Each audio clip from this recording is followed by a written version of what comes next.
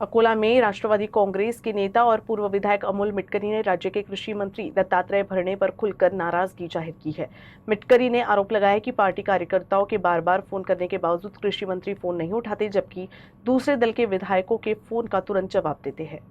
फर्जी सोयाबीन बीज मामले को लेकर अकोला में कृषि अधीक्षक कार्यालय पर ताला लगाकर आंदोलन करने वाले अमोल मिटकरी ने कहा कि पार्टी कार्यकर्ताओं की हालत घर की मुर्गी दाल बराबर जैसी हो गई है। उन्होंने कहा कि राष्ट्रवादी कांग्रेस की ताकत किसान है और दिवंगत उप मुख्यमंत्री अजीत पवार हमेशा किसानों के लिए तत्पर रहते थे, लेकिन कृषि मंत्री दत्तात्रेय भरणे पार्टी कार्यकर्ताओं के कई बार फोन करने के बाद भी बात नहीं करते, जबकि विधायक रवि राणा का फोन तुरंत उठाते हैं। मिटकरी ने इसे पार्टी कार्यकर्ताओं के साथ भेदभाव बताते हुए कहा कि मंत्री के इस रवैये से कार्यकर्ताओं में नाराजगी है। साथ ही उन्होंने सवाल उठाया है कि ऐसे में अकोला के किसानों को न्याय मिलेगा या नहीं।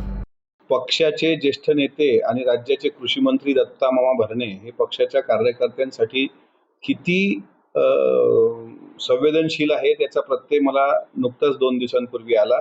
अकोला जिल्ह्यातील सोयाबीन उत्पादकांवर दुबार पेरणीचं संकट झालेलं असताना ज्या कंपन्या ब्लॅकलिस्ट करायला पाहिजे, ज्या बूस्टर असेल, रवी असेल, अवंतिका असेल, अशा अनेक कंपन्या ज्या ब्लॅकलिस्टेड किंवा न्यायप्रविष्ट होत्या त्यांना परवाना देऊन खुलेआम ती विक्री झाली आणि मग त्याचा फटका शेतकऱ्यांना बसला। या संदर्भात आम्ही अत्यंत संविधानिक पद्धतीने आंदोलन केलं।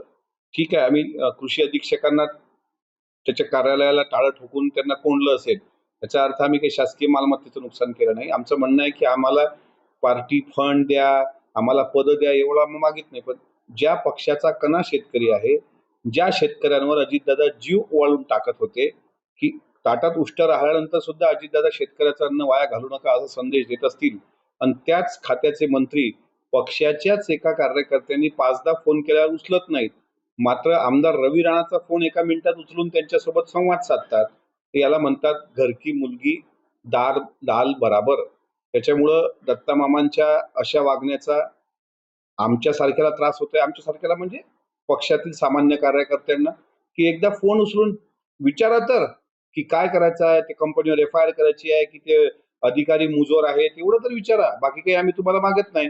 त्यामुळे आमच्याशी केलेला दुजाभाव हा वेदनादायी होता आणि म्हणून ती नाराजी मी लोकशाहीच्या पद्धतीनं मांडली।